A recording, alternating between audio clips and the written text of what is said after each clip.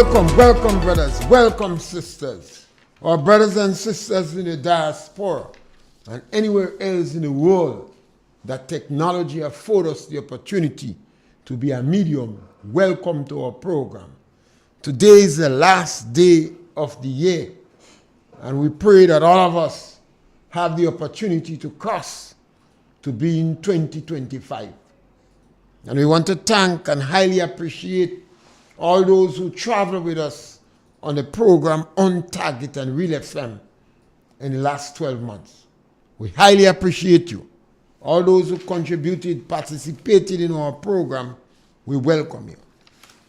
We on We Noise. We want to also thank We Noise FM in Brooklyn, New York, 94.9. Real FM 91.9 and 91.5. And Facebook and YouTube. We encourage you to subscribe to our program and share our program. Give it a chance to grow. Even if you disagree with us, for discussion's sake, pass it on to your friends. Who knows, they may disagree too. Or we provoke. Remember, our objective is to provoke discussion. We believe we can change things in this country. We can't continue to wait on people. Not the Americans, not the Russians, not the Chinese, not the English, not the British. We in Grenada have the answer. But we have to have discussion. No one person may have the answer. But if we sit down and discuss issues, even when we disagree with you, it gives you an opportunity to think.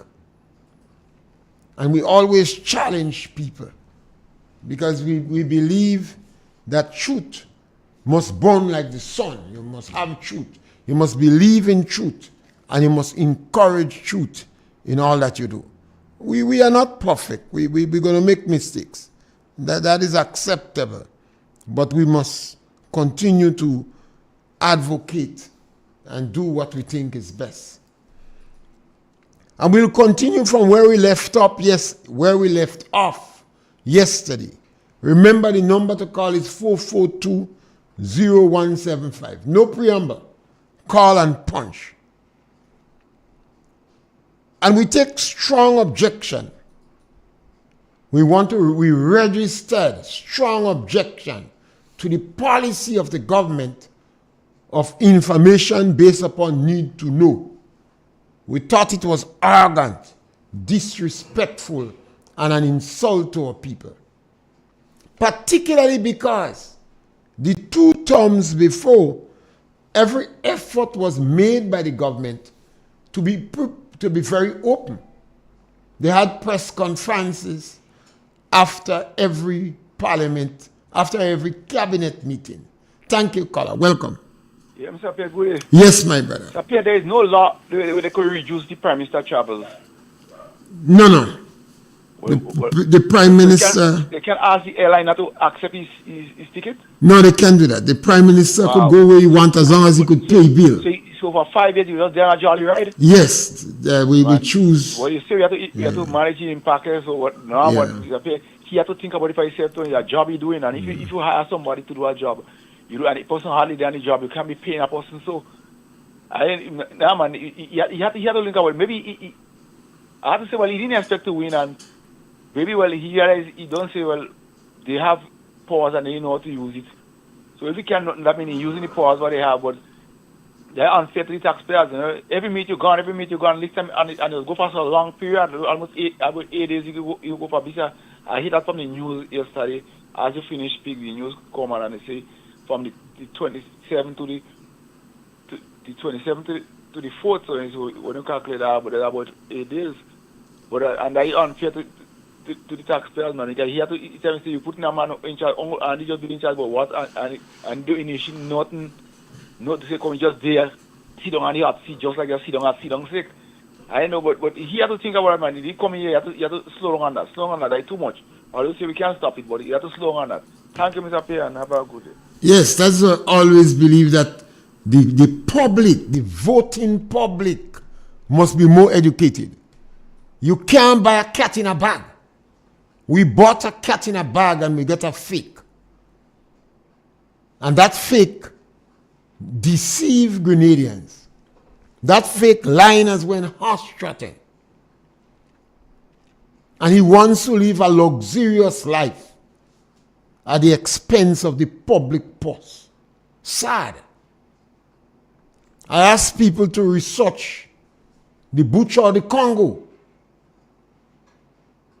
He lived an extravagant life at the expense of the skin of the back of over 20 black people from the Congo.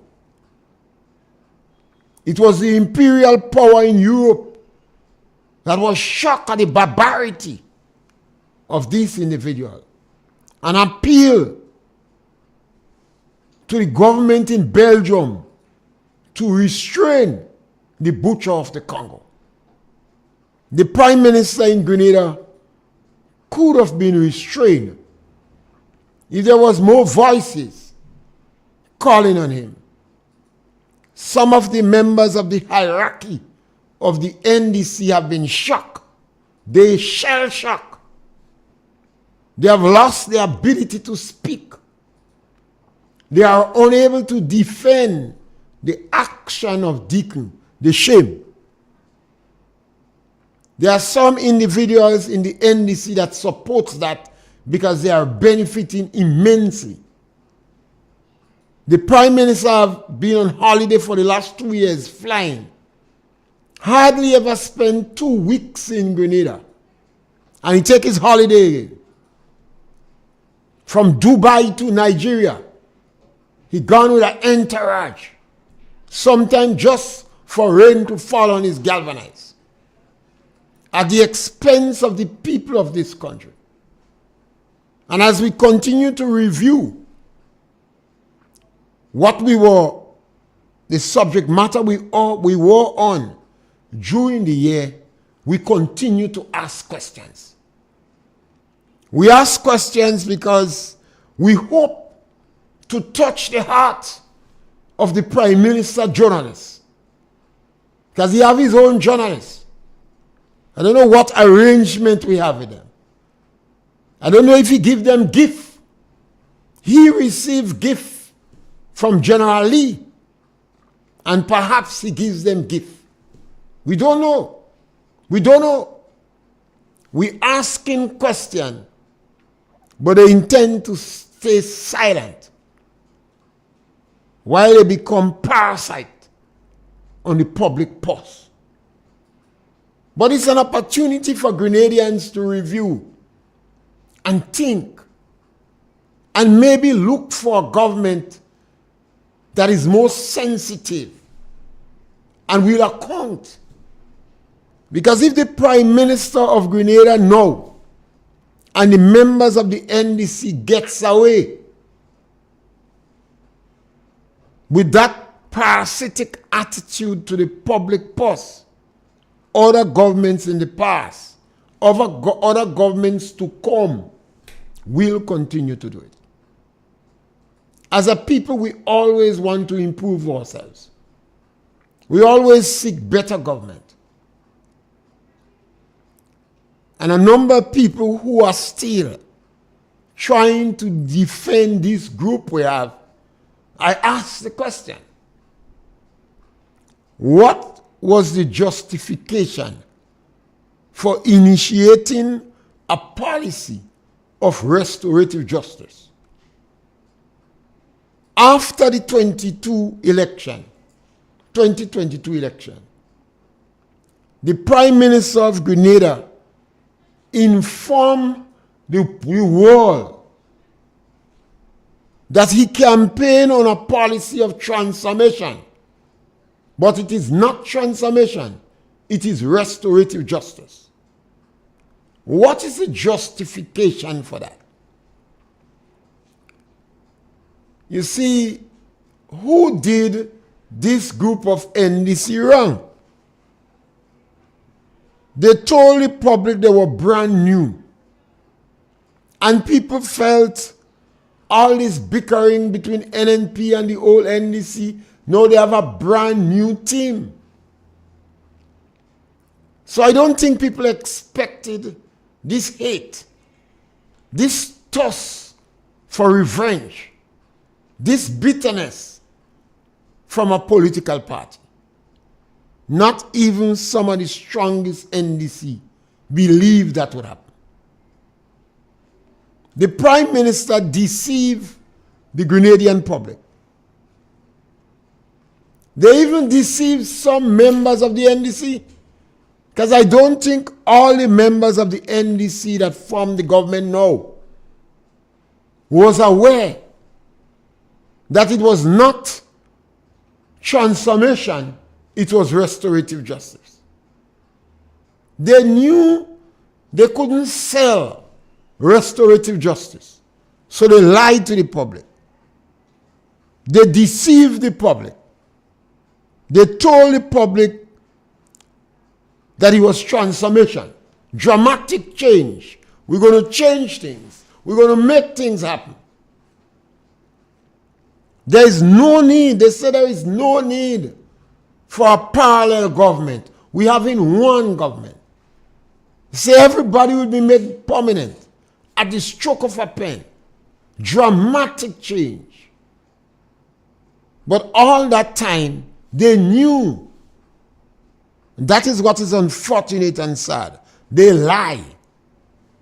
They knew that they was deceiving the public. They even deceived some of their own members. I don't think Ron and Lennox Andrew and perhaps even Dennis Cornwall and Gloria Thomas and even Tevin Andrew in Karaku was responsible for masterminding that deceit. They too, I believe, was surprised. But if they was involved, they could tell us. So it's not all the members. Deacon and his group deceive even members of his inner circle.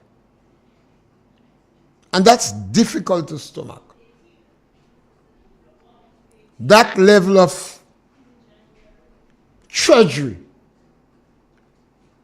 is difficult to accept. They deceived their own team. They told them, we're going to transform things. And they believe. When I study them, I listen, I look at the passion in which they were speaking about it, they actually believe. That Deacon tricked them. I believe Persuader was on it. But most of the other members were not involved. I don't think they were involved. And I asked why. What was the justification? You won election, you won 9 seats. You won convincingly. So why was it justified to initiate a policy of political vengeance? You got the thing on a silver platter. You had an opportunity to neutralize the NNP. You went after the elderly. And you removed money from them. When you were campaigning, you promised to give them $650. You referenced the World Bank to strengthen your promise. And immediately on winning election, you remove $150. They shed tears in the hot sun.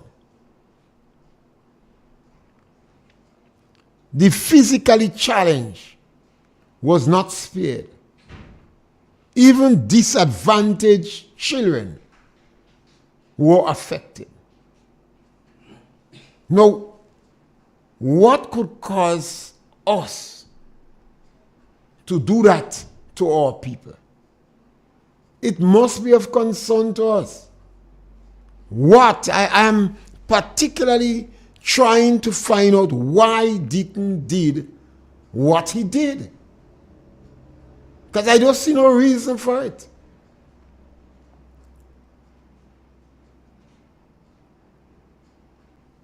You said it was transformation. You knew you had no intention of transforming anything. But what was the reason for the justification, for the restorative justice? We've been asking all through the year, and we'll continue to ask that. What programs the government have to offer the youth? The government speak about youth a lot. But 2.5 years in government, by now, we should see some semblance of your program unfolding for youth. You promised them you will legalize weed. The government made a movie with that illegal substance. The Prime Minister, in the presence of the police. That was practically an insult to the law officers. And immediately you saw a number of young people on Facebook, on social media, with weed. I had to call 1 or 2 individuals that I know in particular and inform them that this thing is not legal. The Prime Minister is misleading you. Then look at what the Minister of Legal Affairs and Labor did, inciting young people to shoot Babylon. That could only be described as inciting young people to defy the law. And immediately, you had an upsurge in gun crime. Immediately, you had an upsurge in gun crime. Was these things done deliberately? I have a pessimistic mind. But what about you? Was these things done deliberately? So the government could go and pass draconian laws. You see the bill up. They promise to legalize weed. The Prime Minister showed movie with the illegal substance as if it is legalized. Because he did it in the police present. So the young youths would say, yes, they legalize it in June. And then the Minister of Legal Affairs were jumping up and firing imaginary shots at Babylon. Immediately there was an upsurge in crime. What was the government answer? To pass draconian laws. And then the Prime Minister said building a new prison. When you look at all the facts, it appears that the Prime Minister's main objective was to build a new prison. So he practically created the roadmap, the evidence, the situation to justify building a new prison. So he go legalize weed. He make movie with weed. The Attorney General jumping up, shoot Babylon, bow, bow. The Prime Minister passed draconian laws and then announced he building a new prison. We as a people cannot continue to close our eyes and pretend we don't know. What is going on is going to cause increase in social unrest, low productivity, a higher crime rate, and more corruption. It appears that the Prime Minister must want to build a new prison, so he go make a big money. Finder's fee. And he is creating the environment and the situation to justify building a new prison. We can't say we don't know, you know. These evidence that you could refute what I'm saying, and it's good to say these things was not a build-up to justify the Prime Minister building a new prison. He make it in the lab. This is why I normally say NDC does go and plan lies. They make these things in the lab. They find Grenadians wasn't bothered, so it create the environment to make it conducive for him to build a new prison. I asked the question, what programs the government have in store for youth? We spoke about the Imani yesterday. What programs the government have in store for the youth? Now, how could a government think about putting garbage on playing fields? You might hear all kind of justification that the playing fields in Carriacou was temporarily used to store garbage. This is totally unacceptable, but they use burial as an excuse. What's about the playing field in for? Why the government of Grenada is rendering the playing field in for unusable? Do you see a pattern? Do you see a pattern? They put garbage on the playing field in St. Patrick's, in Carriacou. But the playing field, there was no justification. They cannot advance any reason for the playing field in for. Why did they render it unusable? I ask that because I'm still asking the question, what programs the government have in store for the youth? I know of no program. I know of no program. No new program. And even the ones they meet there, they decrete.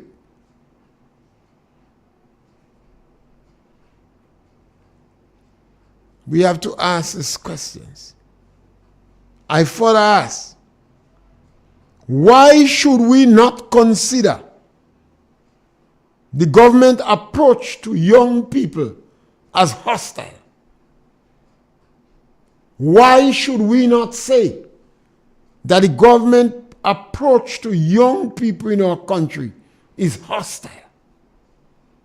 If you have no programs for the youth, you are rendering the playing fields unusable, you passing draconian laws, then why shouldn't we say that your attitudes towards the youth is hostile? Maybe we could ask on the issue of education, what initiative this government have initiated, put in place, what new program that the government have vis-a-vis education. The productivity level in education continue to deteriorate. Yes, caller, welcome. Yes, caller, welcome. We lost the caller? Okay, caller, try again. You must have something. The Minister of Education took his holiday. Not sick leave, you know. He took his holiday in the height of a disaster where children were not able to go to school because of the hurricane, where playing fields was occupied with garbage, where children was living under tent, where teachers was begging for water, the Minister of Education took his holiday. That ought to be the most insensitive and heartless act in Grenada. I don't think a permanent secretary would have permitted to take holiday. If you're sick, you're sick. If you're dead, you're dead. But senior officers in government, where there was an agriculture communication, would not be permitted to take holiday because we have a disaster. And we may have to pull all our forces together at short notice. So as a result of that, government would not let permanent secretaries or heads of department take holiday. Even if they were in Grenada, they would say, no, not at this time. If you're sick, it's something else. But you mustn't take holiday. The Minister of Education took his holiday. He can't be bothered. He can't be bothered. So I ask, what program the government have for increasing the productivity level in school? You must be concerned. You must be concerned that the productivity level in school continue to deteriorate. And because of the hurricane in Carriacou and St. Patrick's, the schools that were affected principally were MacDonald College and the schools in Carriacou. And if the productivity level in the country is dropping, then we expect it to drop further. And government must come in to address the issue. This government seems to have no program for that. I have appealed to the government. Let the present foreign minister come in education. Because this minister that there is a waste of time. Very insensitive. So, and the Minister of Foreign Affairs has been emasculated. So rather than have him a public ridicule in his constituency, put him in education to salvage some level of respect and dignity. Because the Prime Minister is the de facto Minister of Foreign Affairs. The same foreign minister, I believe, you have good people and bad people. It's difficult, very, very difficult to find answers. But as we look back at 2024, we ask these questions because the NDC has not been readily providing information. So we want to appeal to the NDC journalists. You that is in close proximity to Deacon. You that have an opportunity to ask him questions. We also want you to ask him those things. You shouldn't wait let journalists from Tobago, because during the year we will appeal to the journalists in the Caribbean to come to our rescue and ask Deacon these questions. Because he is not providing information in Grenada. He hardly ever spent 2 weeks in Grenada before he flies. And the journalists that he interacts with seems to be his journalists. They're not working in the interests of our people. And I even appeal to these journalists for your own level of pride and sanity. Even though you openly support Deacon, you must appear to be objective sometimes. So give him the questions. And let him think about appropriate answer and help him. He seems to be very disrespectful where the providing information for the public is concerned. You see, we have a long history. And if we don't know our past, we're doomed to repeat it. We had 4.5 years of the experiment with the revolution. We saw the dismissive and arrogant manner in which people were put in prison. People were murdered. People were castrated. We know of the horrendous and barbaric treatment of the Rastafarians.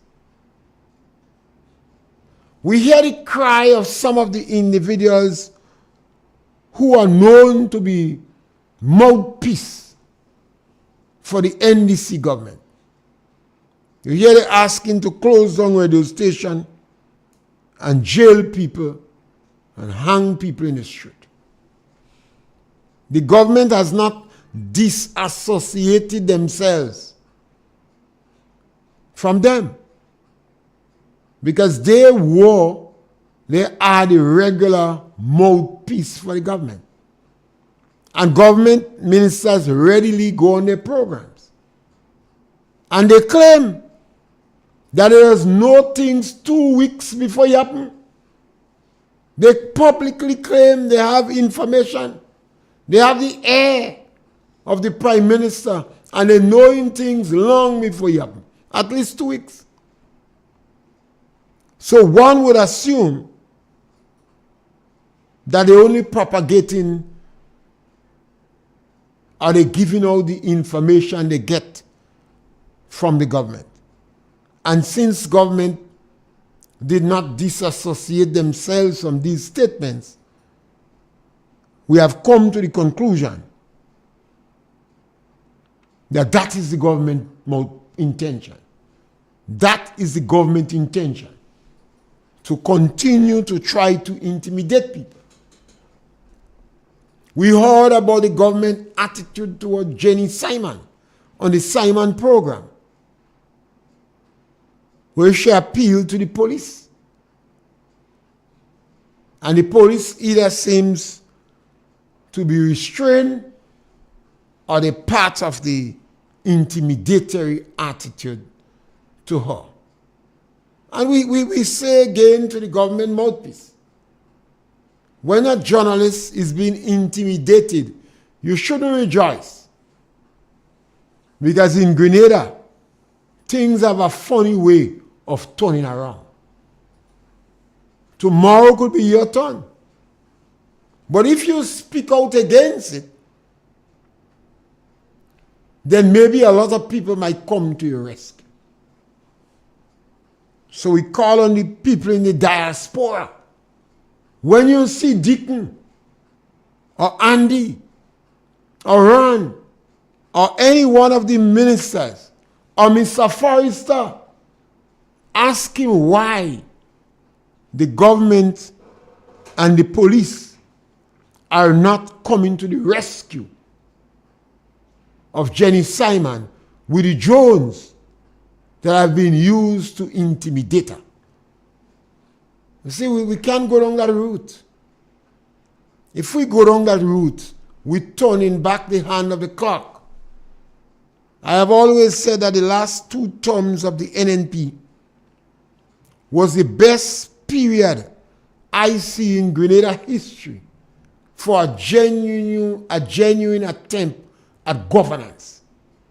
No other 2 terms in the history of Grenada I've seen this genuine attempt at the government to be accountable to be humble, to live frugal, to provide information of our people. And I don't think any one of them in that 2 terms brought the government to disrepute. So after you reach that height, why are you turning the hand of the clock back? So we always ask these questions. Trinidad and Tobago has just declared state of emergency. I don't agree with them. And I don't believe it's necessary. Yes, caller, welcome. Yes, caller. Yes. Yeah, go right ahead. You know, you remind me of that incident, as you might call it, where the Minister of Education went on holiday. It's the first time I ever hear in history that a minister, active minister of government, going on holiday for time. I don't know. I mean, is that has that happened in the world? Not in particular, but the world as a whole, as far as you might have heard or no. I've never heard anything like that. But you know, once again, the Prime Minister is off. That's about how much? About 7 times during the month of December, as they call it. The Prime Minister has been out of the country, and this time he's there for a few days on personal business, whether it's medical or I don't know if he's going to do some business on his own, or some financial business. I don't know. The thing about it is that you don't get details from GIS. You don't get details from the press secretary, which I understand is the Prime Minister's press secretary. It's not government press secretary. But even if the Prime Minister is leaving, I think information should be given to the GIS because he's head of government. And even if he's going on his private issues, at least we should get an idea coming from GIS or a release from the press secretary as to what is really going on. I mean, this thing is by now become obnoxious. The Prime Minister has no respect for the position that was given to him. And I don't know if within the administration, which means the cabinet, they're afraid to tell him that no, that can't work that way. Because the thing is that maybe they're getting a chance to do what they want to while he's away. And they could get away with it. But I mean, that kind of a statement like I am making now, and you have been making, and other people have been making, should not be coming from private citizens. He is the ministers within the system, the cabinet. Should put the Prime Minister sit down and talk to him? I find the thing is becoming almost abominable right now. Almost every week the Prime Minister is out of the country. You're running a country how? And you have, I mean, I don't want to embarrass, because Annie's a guy I like, yeah? Annie is no way qualified to be a Prime Minister of Grenada, or maybe any country, honest to anybody. So even though we know he's acting,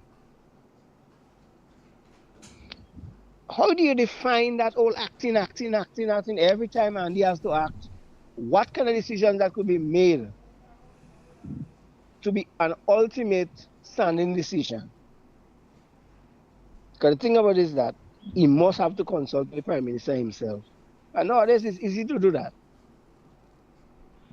Because, you know, you have Skype and whatever. You could do communication in that technical way nowadays. Very easy. But no way it makes sense.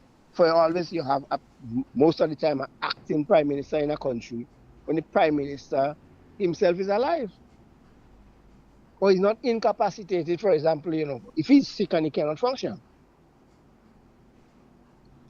So you have an actor, fine. But as a prime ministership, you're talking about every time you're only hearing about the acting prime minister, acting prime minister.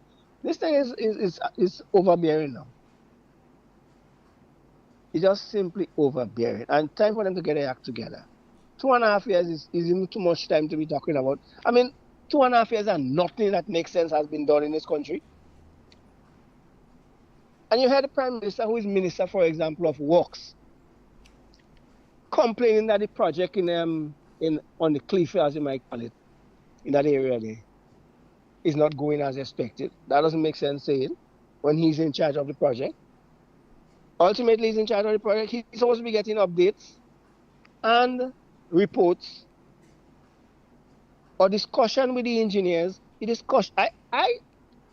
I'm aware, because I know that area, that this project initiated by the previous government was going to be a very difficult project to execute. Because there are a lot of houses under that road there, which is close to where the wall that you need to put, and by the time you go down deep enough, you're starting to get into the foundation of them houses and them there. That is a problematic area. I know that. The approach to the project in Moline was wrong from the beginning. And I'm not blaming that government for the nonsense that goes on. I walked there for a little. I was able to see the place, understand what happened there before, because one of the guys who worked there with me, he lives in the area and he saw the slippage from the time it started. The first day he noticed it, he put a certain size of material between the split. The second day, he was able to put a much bigger piece of something. And by the third day, the split was so wide. During that very time, he sat there in the shop where he was living and looked at slippage go down. To the extent that he pointed out to me, it was he and I alone was talking, that there was a sip tree, a very tall sip tree, that disappeared the process of the slippage. You know? And as little as I understand, that tells me that the area down there sucked. It sucked. So you had to start that project from down there. Build up, build up, build up. That was a mistake from the beginning. Where they're trying to scrape the top of there and you keep having slippage. You're going to always have that there. Except you approach it from the bottom to the top. And it could be a very expensive project at the same time. Now, they try doing what they do it because they had to take on the project more than the former government in that process now, or during that time now. So whatever difficulty they encountered, I understand it. Yeah. To an extent, the one in the cliff area, Woburn Cliff area, I can understand it. But look at the River Road project, which was almost finished, almost completed. It is at a standstill. Money was allocated for that project, as far as I understand it from the beginning. At the same time, no initiative or new initiative of projects that could have been established or done other parts of the country, which will cause money to circulate in this place. Up to this point, these people have done nothing to circulate money in this country. Nothing at all. All I understand I'm hearing is that the Prime Minister, along with the Minister for Finance and so on, are only collecting money for their coffers with this CBI program.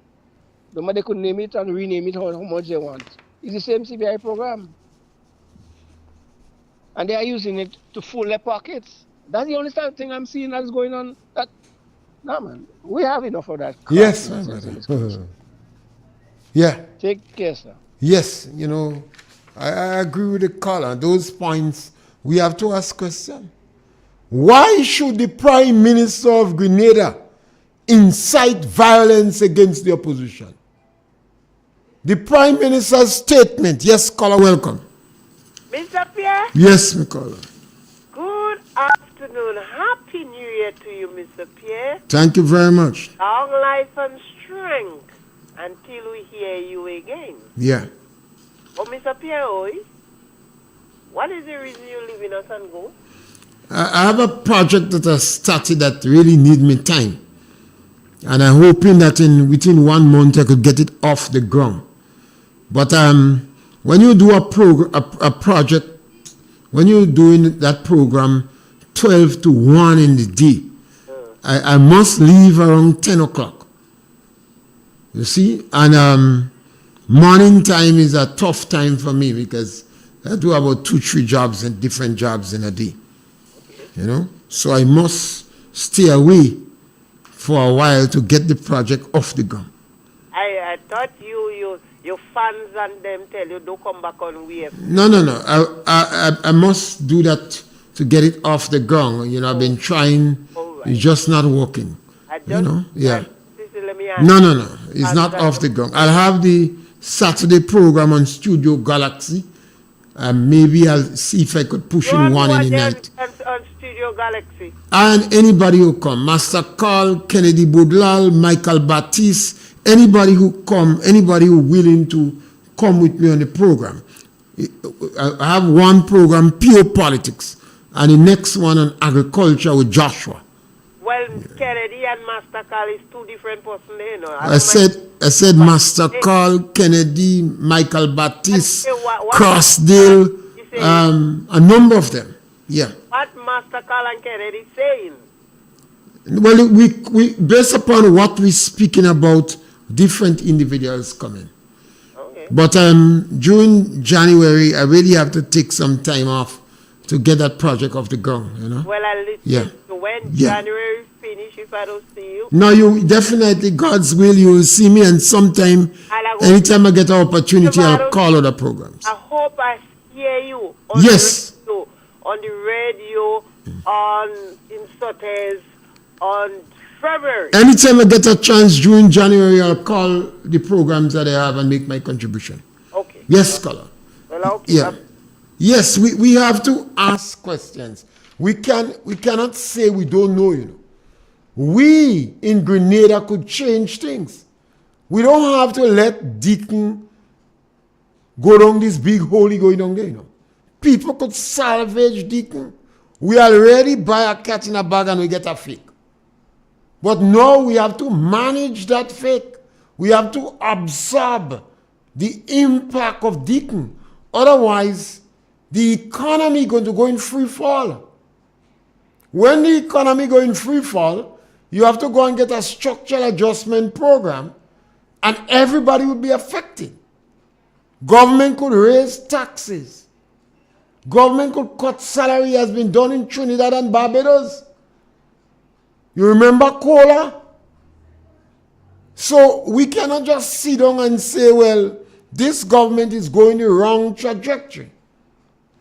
I take strong objection to any politician inciting violence in the country. We have had that before. The Prime Minister's statement could be considered as an act of inciting violence against the opposition. We are not supposed to tolerate that. You saw the Prime Minister already using obscenities on the stage and turning the mic onto the public. You heard him wash his dirty linen in St. Lucia and asking to pardon his French. You heard the Prime Minister said morality is a private thing. So this individual seems to be very low in morals and values. You heard that he's sneaking in our next country. You are hearing these things. We cannot ignore this information. Now the Prime Minister act of inciting violence. When the Prime Minister says something, you hear the militant NDC, they say they should starve. They're a pong stone in the river. Yes, caller, welcome. Mr. Pierre? Yes, caller, welcome. Pleasant afternoon to you, sir. Yes, my brother. And all the best for the new one coming up to you and your family and the RealFM family. Now, one of the one of the things you forget to say was that that information was on a need-to-know basis. Now, Mr. Pierre, I'm going into the new year as a non-aligned. It means that I'm not associated with any political organization in Grenada at this time, not NNP, not NDC. Because, yes, we have come a long way. But when I look at what Sir Eric Matthew Geary came in and did, when I look at what transpired during the revolution, despite the fact of the negative aspect of it, yes, these things did happen. But there was a level of consciousness, and at the same time, the foundation for international airport was laid, and today we are a beneficiary of it. And the reason why I'm saying that, Mr. Pierre, I'm not associated, I'm not aligned with any of the political organizations in Grenada, despite the fact we come a long way.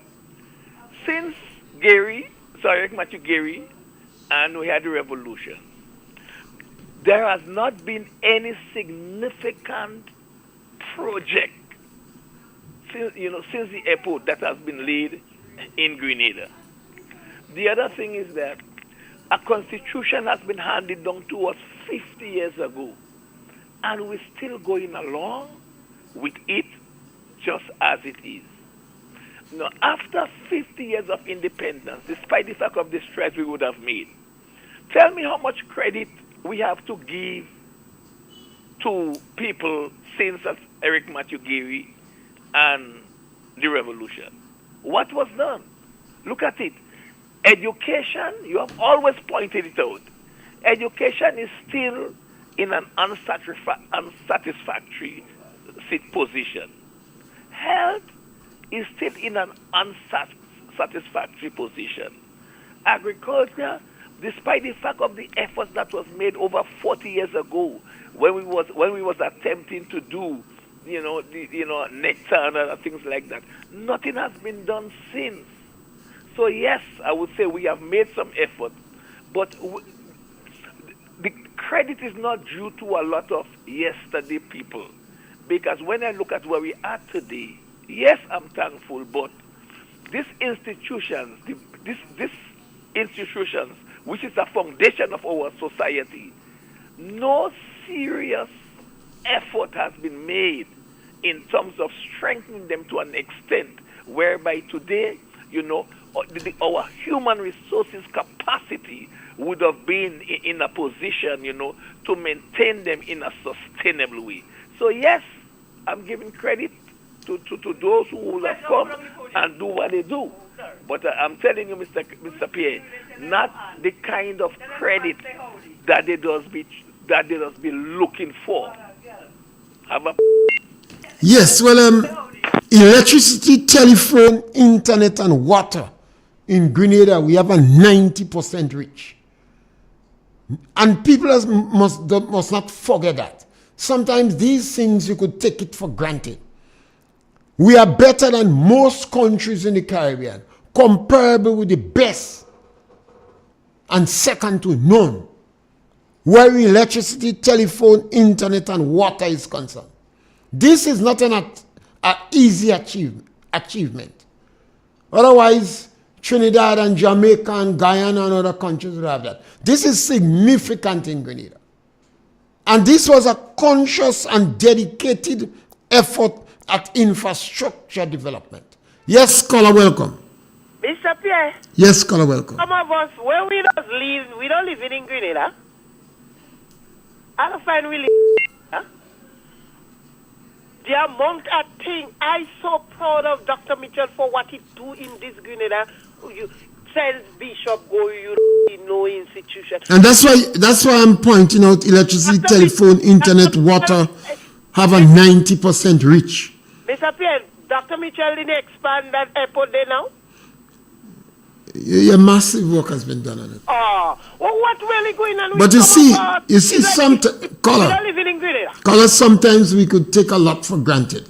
And sometimes... Not sometimes we could take a lot for granted. We're not living in Grenada. Because after Gary gone, and Bishop come and he start the airport. If you watch this little Grenada, everybody coming and proud of it. And we who living in it saying that we don't see nothing going on in this country. And we too hypocrite in this world we living in. Mr. Pierre, later. Yes. I think going to 2025, we're not that badly off. And we have to understand that electricity, telephone, internet, and water in Grenada, we have a 90% reach. We're second to none, comparable with the best in the Caribbean. Our network of roads in the Grenada is perhaps the best in the region. Some people say Barbados is right there with us. But I think Grenada have a better network. Grenada and Carriacou put together have a better network of roads. And some people tell me the road's bad. And I say yes, I don't complain much about the roads. We have a lot of four-wheel drive vehicles. And government provide 100% concession for farmers to buy suitable vehicles for off-road. And that is the purpose of a four-wheel drive vehicle. And some farmers have four-wheel drive vehicle and never use it. We have the most landowners in the region. That is a significant development. It may not be a mega project. It's something that happened over a period of time, but it is significant. That is one of the reasons the revolution couldn't succeed. Grenada had too much of proprietors. Maurice Bishop called them petty bourgeois, shoppers bourgeois, patriotic bourgeois. Because when a man have a piece of land, he consider himself a proprietor. He's one of the ultimate tangibles for your satisfaction.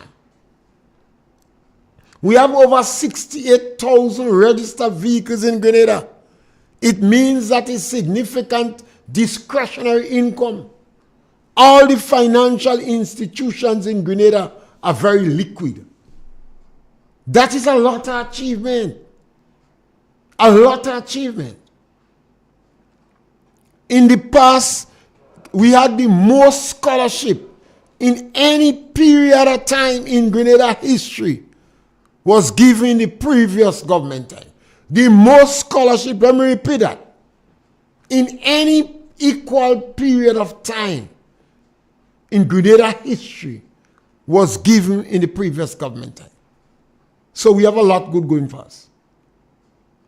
We must be prepared to use what we have to go forward.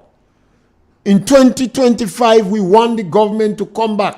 When the Prime Minister come back from giving his holiday, I hope he have a rude awakening and he stop tell lies. The Prime Minister must stop tell lies. And he must be prepared to be more open in providing information for our people. And we want you to share our program, like our program, and subscribe to our program. Have a happy new year. And we'll see you again on Studio Galaxy. And after the month of February, God's will, we'll be back on Real FM with our program On Target. Thank you very much.